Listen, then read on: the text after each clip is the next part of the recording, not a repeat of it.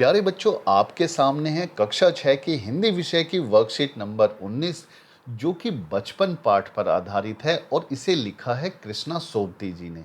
यह बचपन पाठ की अंतिम वर्कशीट है। देखते हैं यहाँ पर लेखिका क्या कहती हैं।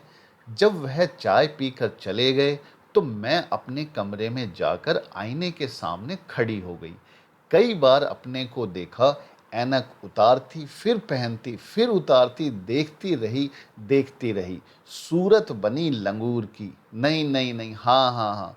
यानी कि लेखिका ने स्वयं को शीशे में देखा, आईने में देखा कि वह दिख कैसी रही है। क्या वास्तव में जो उसका चचेरा भाई कह रहा है वो सही कह रहा है या गलत कह रहा है।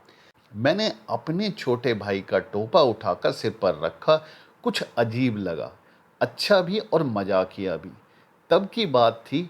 अब तो चेहरे के साथ घुल मिल गया है चश्मा।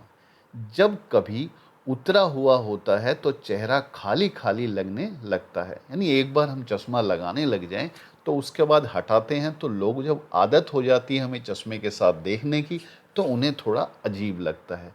याद आ गया वह टोपा, काली फ्रेम का चश्मा और लंगूर की सूरत। हाँ, उन दिनों शिमला में सिर पर टोपी लगाना पसंद करती हूँ। मैंने कई रंगों की जमा कर ली है। कहाँ दुपट्टों का ओढ़ना और कहाँ सहज सहल सुभीते वाली हिमाचली टोपियाँ, यानी कि जो बड़ी साधारण है और सुविधाजनक है, ऐसी टोपियाँ। तो पहला प्रश्न यहाँ पूछा है, लेखिका आईने के सामने खड़ी होकर क्या कर रही थी। तो जो लेखिका है वो आईने के सामने खड़ी होकर देख रही थी, क्या वह वास्तव में चश्मे लगाकर लंगूर जैसी दिख रही है। यानी कि जो भी उसके चचेरे भाई ने कहा था, तो वो उस चीज़ की जांच कर रही थी, उसकी परख कर रही थी कि मैं कैसी दिख रही हूँ।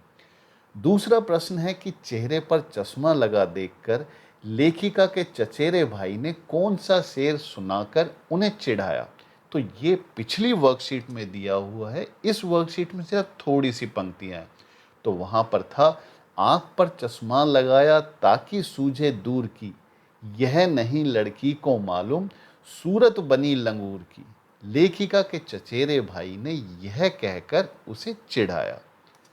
तीसरा प्रश्न है, चश्मे के साथ साथ लेखिका को और क्या पसंद आने लगा था। चश्मे के साथ साथ लेखिका को टोपी पसंद आने लगी थी। सहल सुभीते वाली हिमाचली टोपियों का अर्थ लिखिए, यानी इसका क्या मतलब है। तो हम इसको कह सकते हैं, इसका अर्थ है साधारण और सुविधाजनक हिमाचल की टोपियाँ।